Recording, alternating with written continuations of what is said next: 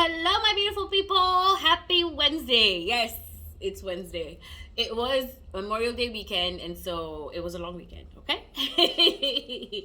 But I hope everybody is well and that your week is going good. So today I wanted to talk about ADHD. I am sure you have heard that word at some point, somewhere, you know. And now I wanted to talk about what it means and what it is to have it and what you can do if you do struggle with it.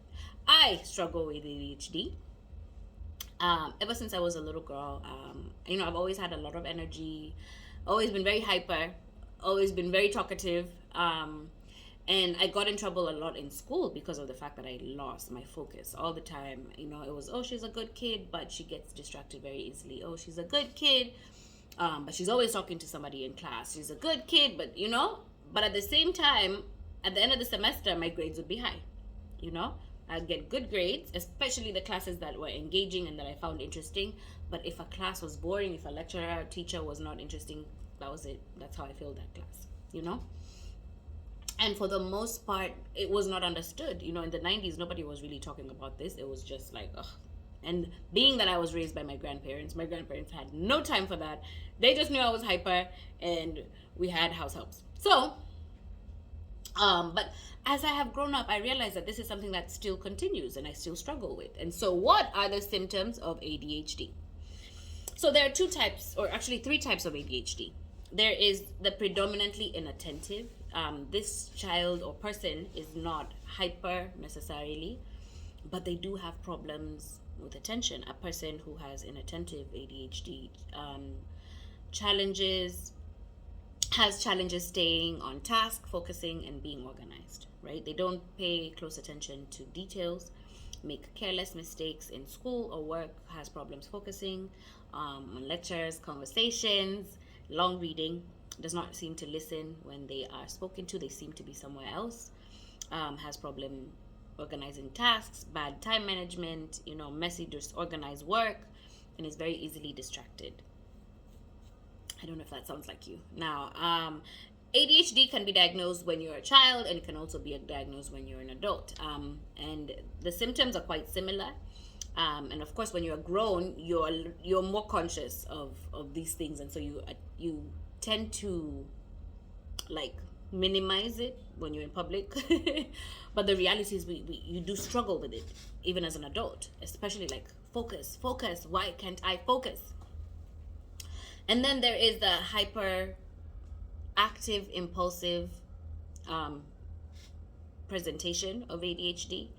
And this one is a person who struggles with this type of ADHD has excessive movement, fidgeting, always on the move, excess energy, has problems sitting still, and is very talkative, cannot stop talking. This person fidgets all the time, is not able to stay seated for long periods of time, runs or climbs when it is inappropriate. This happens a lot with especially little boys. And there are little girls as well, because I remember I have a little cousin who, this little girl, if you left her alone for 2 seconds, she was gone. And she would climb the most inappropriate places. And now looking back, I'm like, okay, always on the go, as if driven by a motor, like can't seem to stop. Talks too much, blurts out an answer before a question is finished. This happens even as an adult, like when you're talking to somebody and then you get excited. Like, I know that happens to me all the time. I get excited and I want to tell you what's in my mind because I think I'm going to forget it. But it doesn't register in my mind that it's rude to interrupt you in what you're saying because I'm having I'm excited. I want to say it. I don't want to forget. And then now I might sit there trying to remember the question that I have, and then I'm not focusing on what you are telling me. It's weird cycle. Has difficulty waiting their turn even in line, interrupts games, activities, just hyperactivity basically in general, and is very impulsive. Will just like wake up and let me do this and let me do this. And then there is a person who struggles with both, and I think that's me. Everything that I just mentioned, I have struggled with throughout my life. And now as an adult, I think there's someone who I was talking to the other day, and they were like, Whitney, you're really bad at communicating. sometimes you're really good at communicating and sometimes you're really, really bad at communicating, because sometimes I can't get a word in edgewise. I think that's the right word. Yeah, I can't get a word in. And I was just like, it hurt my feelings, genuinely. It hurt my feelings because I was like, yo, like that was not my intention, because I really do actually care about what this person has to say, and I want them to feel like I care about what they say. And I just kind of got excited, and sometimes I just kind of get distracted. Sometimes I just lose my train of thought. Like I was listening to what you're saying, and then a butterfly shows up, and then that's it. That's how my attention left. And it's not that what you're saying is not important to me, but it's just my brain, and it's so annoying. It's so annoying. I wish people would understand it. And I also understand that it's also annoying for the person who's trying to have a conversation with me, because who wants to speak to somebody and not be listened to, you know? And so, what are the causes of ADHD? Genetics. Genes is number one. Let me say that. Mine is definitely hereditary. I know quite a few of my family members who, and so the thing about my family is that I think a lot of us have the ADHD, and so we kind of just like talk over each other, and we talk, and we're all talking at the same time, and we understand each other, and to us it's normal and we're good, but for other people they're like, what is wrong with these people, you know? And yeah. And so for some people it is problems during development. Others were born prematurely, they may have that issue. And then environment. Children who were exposed to lead as children, they may also struggle with, ADHD in their childhood years and in their adult years. And so how there is treatment, medication, stimulant and non-stimulants, therapy, all that, put it together, and it works. Like, you have to be aware, very aware when you're you know what I mean, in this situation. And so as adults, you have to have find a routine, something that keep yourself on a schedule, because that way you will not lose focus. Make lists for different tasks. Write down something as soon as you remember it, because our brains are constantly on the move. And so for you to be productive, it's best to, when you have a good idea, just write it down. And then, assign a special place for keys and bills. Put your phone. I am always losing my phone. I am always losing my keys. I am always losing, and it's very annoying to me. So, sorry. So, I'm always losing stuff. And so it helps in that situation to put your things in a place that you will always find them, in case whenever you need to, to reach for them. And so yeah, that's a little bit about ADHD. Don't get too angry at your people whenever they struggle with something like this.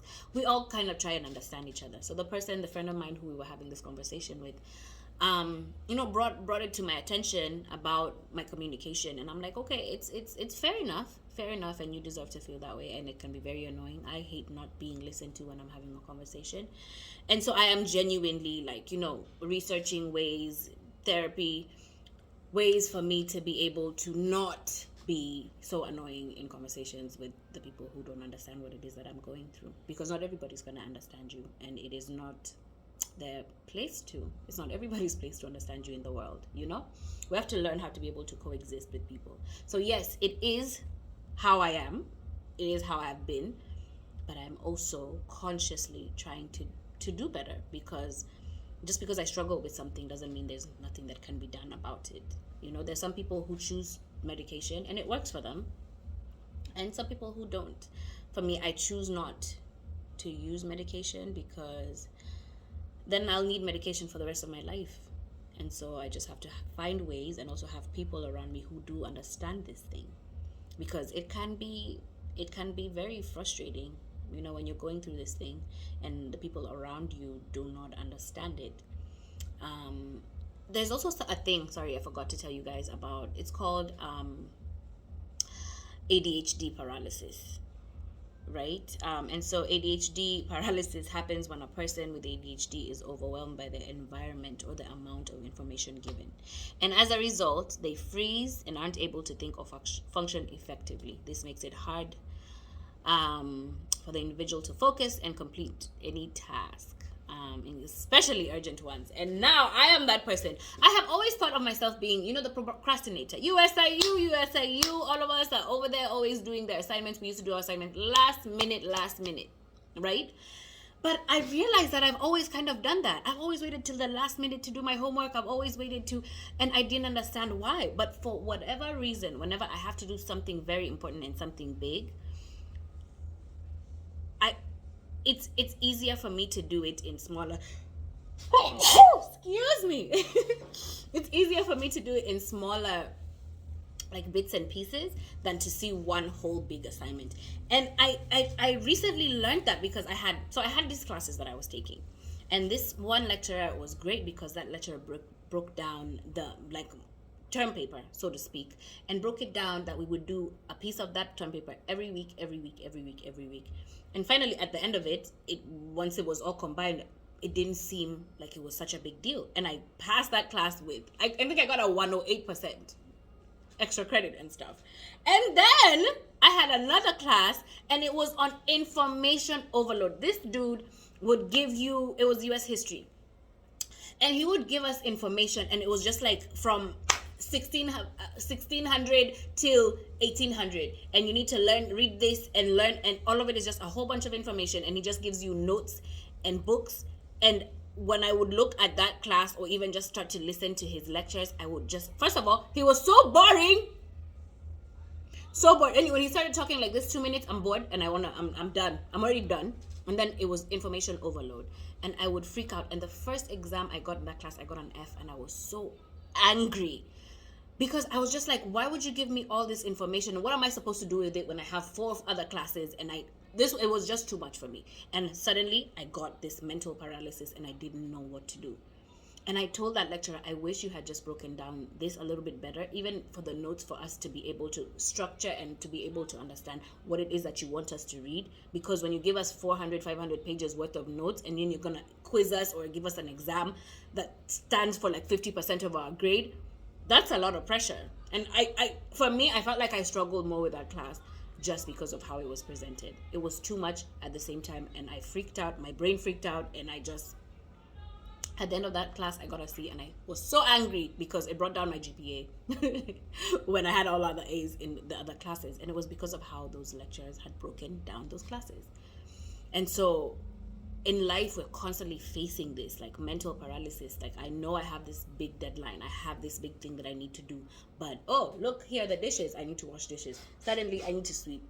But it's just because now our brains are overwhelmed, So there are ways for us to be able to function better, to learn how to focus, and for us not to freak out. And we just have to be aware of what it is that we're struggling with, and to find ways that work for us to be able to live in this society, So I hope you have learned something today. And comment below, guys. Tell me about your experience with somebody who has ADHD, maybe if you struggle with it. And if you have any questions, feel free to ask. I got you. So thanks for tuning in. Mwah, mwah, mwah. Keep it locked.